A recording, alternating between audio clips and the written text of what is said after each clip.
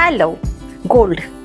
हम सब इंडियंस के लिए गोल्ड इन्वेस्टमेंट एक ट्रेडिशन की तरह है जो सदियों से चलती आ रही है। सदियों से हमने गोल्ड में इन्वेस्ट करना सेफ और अच्छा माना है। गोल्ड इन्वेस्टमेंट इजी और अच्छा तरीका है।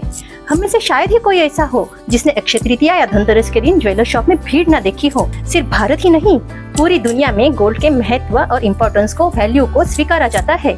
इसे सेफ हेवन एसेट का दर्जा भी दिया जाता है। गोल्ड इन्वेस्टमेंट करने के बहुत सारे ऑप्शंस, फायदे, नुकसान और तरीके हैं। तो चलिए इन सबको जानते हैं एक इन्वेस्टमेंट एक्सपर्ट से।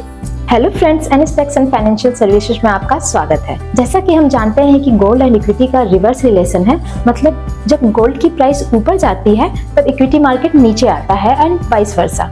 इसलिए अपने पोर्टफोलियो को डाइवर्सिफिकेशन प्रोवाइड करने के लिए पोर्टफोलियो का कुछ हिस्सा गोल्ड का भी होना चाहिए ताकि आपके पोर्टफोलियो का डाउनसाइड प्रोटेक्ट हो सके। हम आपके लिए ऐसे ही इंफॉर्मेटिव वीडियो लाते रहें, इसके लिए हमारे चैनल को सब्सक्राइब और वीडियो को लाइक करना ना भूलें। साथ ही साथ इस वीडियो को आप अपने फ्रेंड्स एंड फैमिली के साथ शेयर करें ताकि इसकी जानकारी मैक्सिमम लोगों तक पहुंच सके। अब हम जानते हैं कि how to invest in gold. Gold में इन्वेस्ट करने के कौन कौन से तरीके हैं।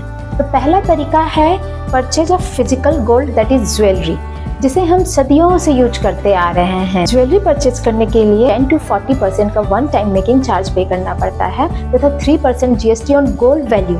उसके साथ ही साथ 5% GST ऑन मेकिंग चार्ज भी पे करना पड़ता है तथा फिजिकल ज्वेलरी को सेफली स्टोर करना भी एक बिग टास्क होता है। या तो आप फिजिकल ज्वेलरी को लॉकर में रखोगे या उसकी टेक केयर करने के लिए उसकी सिक्योरिटी पर एक्स्ट्रा खर्च करना पड़ेगा। तो अगर आपको ज्वेलरी पहनने के लिए गोल्ड खरीदना है तो you don't have other options, आप जरूर खरीदिए। लेकिन इन्वेस्टमेंट पर्पस के लिए गोल्ड ज्वेलरी में इन्वेस्ट करना is not a right choice. और इसके साथ ही फिजिकल गोल्ड में इन्वेस्टमेंट का एक बिगर प्रॉब्लम होता है इसकी प्योरिटी।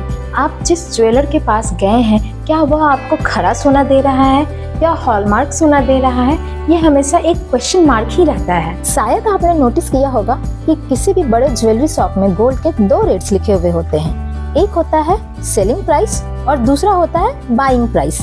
सेलिंग प्राइस वो प्राइस होता है जिसपे ज्वेलर आपको ज्वेलरी बेचता है और बाइंग प्राइस वो प्राइस होता है जिसपे ज्वेलर आपके गोल्ड ज्वेलरी को परचेज करता है।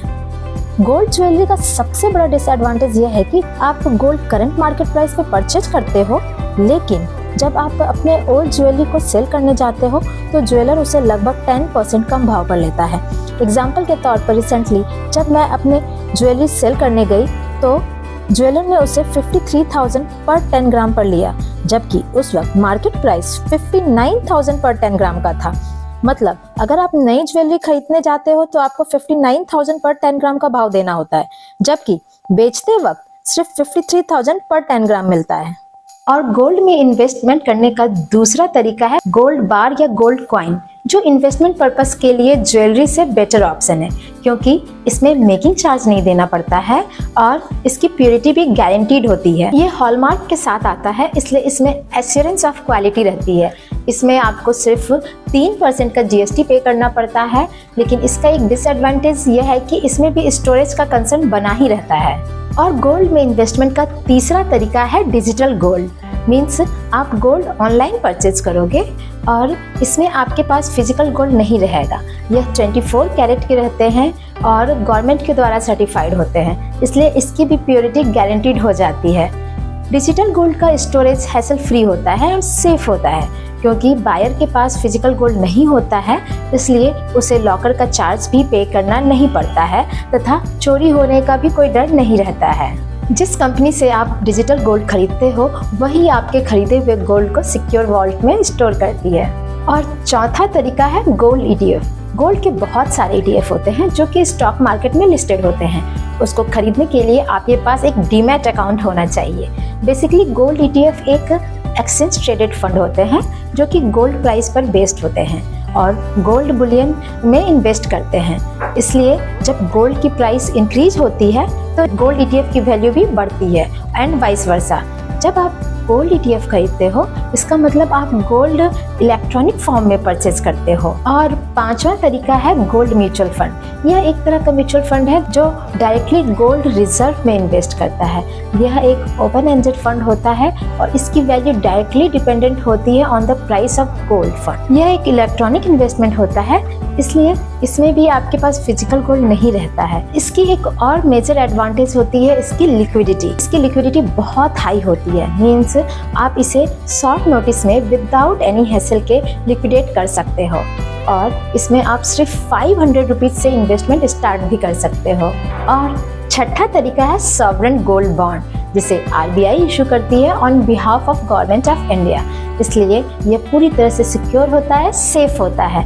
इसका बेस्ट पार्ट होता है कि इसमें सोने के एप्रिसिएशन, दैट मीन्स कि सोने के भाव में जो बढ़ोतरी होती है वो आपको मिलेगा ही।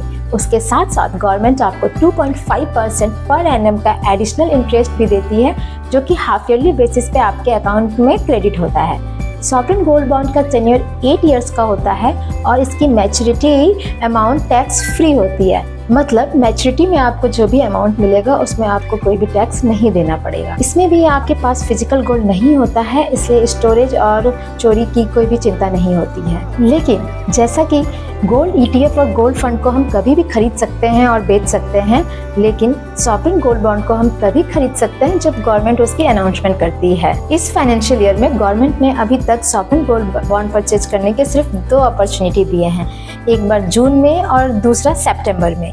इसकी पूरी डिटेल आपको हमारे प्रीवियस वीडियो में मिल जाएंगे। साथ ही साथ हमने अपने प्रीवियस वीडियो का लिंक डिस्क्रिप्शन बॉक्स में भी दे रखा है। सॉवरेन गोल्ड बॉन्ड को हम सेकेंडरी मार्केट में भी ट्रेड कर सकते हैं, लेकिन वहाँ इसकी लिक्विडिटी पुअर होती है।